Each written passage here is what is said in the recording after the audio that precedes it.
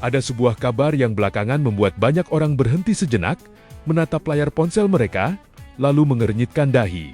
Bukan karena nilai rupiah, bukan juga karena tren teknologi terbaru, tapi karena sebuah pertanyaan sederhana yang tiba-tiba muncul di kepala banyak anak muda Indonesia. Kalau tujuan akhirnya adalah kursi strategis di perusahaan negara, apakah jalur tercepatnya masih lewat kuliah, sertifikasi, dan pengalaman kerja, atau justru lewat dunia relawan politik? Pertanyaan itu mencuat setelah nama Ginka Febrianti Ginting ramai diperbincangkan publik, usai ditunjuk sebagai komisaris PT Pertamina Retail di usia yang baru 27 tahun.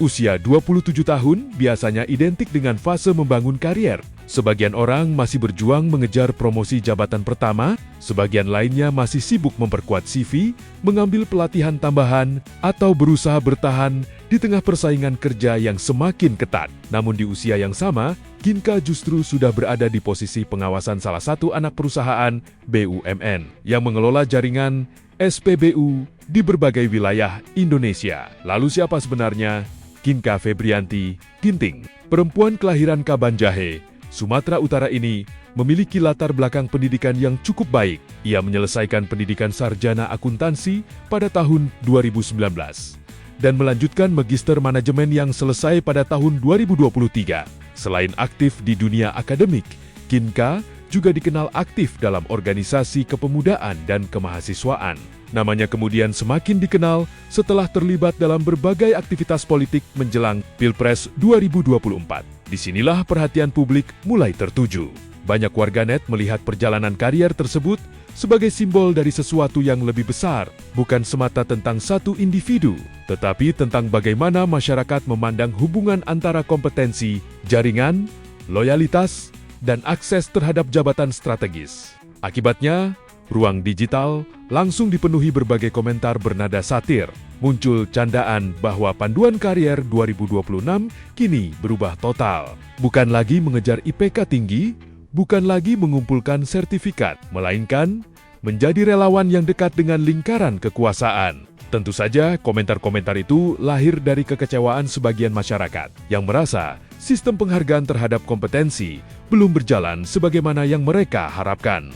Kalau dihitung secara sederhana, jalur karier konvensional memang tidak mudah. Seseorang biasanya harus menyelesaikan pendidikan tinggi, mengikuti berbagai pelatihan profesional, melewati seleksi kerja yang ketat, lalu mengumpulkan pengalaman bertahun-tahun sebelum mendapatkan posisi strategis. Bahkan mereka yang berprestasi sekalipun, di usia 27 tahun umumnya masih berada pada level staf senior, analis, atau manajer awal. Karena itulah penunjukan figur muda ke posisi komisaris memunculkan diskusi panjang tentang standar kompetensi, proses seleksi, dan transparansi dalam pengisian jabatan. Yang menjadi perhatian bukan hanya soal usia, melainkan pertanyaan yang lebih mendasar. Apakah posisi pengawasan perusahaan negara sudah benar-benar diisi berdasarkan kompetensi yang paling relevan, ataukah ada faktor-faktor lain yang turut berperan dalam proses tersebut? Perdebatan ini kemudian melebar ke isu tata kelola BUMN. Banyak pengamat menilai bahwa komisaris memiliki fungsi penting sebagai pengawas kebijakan perusahaan. Karena itu, publik berharap posisi tersebut diisi oleh figur yang memiliki kapasitas, pengalaman, serta pemahaman mendalam terhadap sektor yang diawasi. Di sisi lain, fenomena seperti ini juga menimbulkan dampak psikologis yang cukup besar bagi generasi muda. Ketika anak-anak muda melihat ada lompatan karier yang begitu cepat, sebagian mulai mempertanyakan nilai dari proses panjang yang selama ini mereka jalani. Nilai pendidikan, pengalaman kerja, bahkan meritokrasi ikut menjadi bahan diskusi. Dan mungkin disitulah inti persoalannya. Kasus ini bukan hanya tentang Ginka Febrianti Ginting. Ini adalah cermin yang memperlihatkan bagaimana masyarakat Indonesia hari ini sedang berdebat mengenai arti kompetensi, kesempatan, dan keadilan dalam dunia kerja. Pada akhirnya, publik tentu memiliki hak untuk bertanya, sejauh mana jabatan strategis harus diisi berdasarkan pengalaman profesional, dan sejauh mana faktor non-teknis dapat menjadi pertimbangan.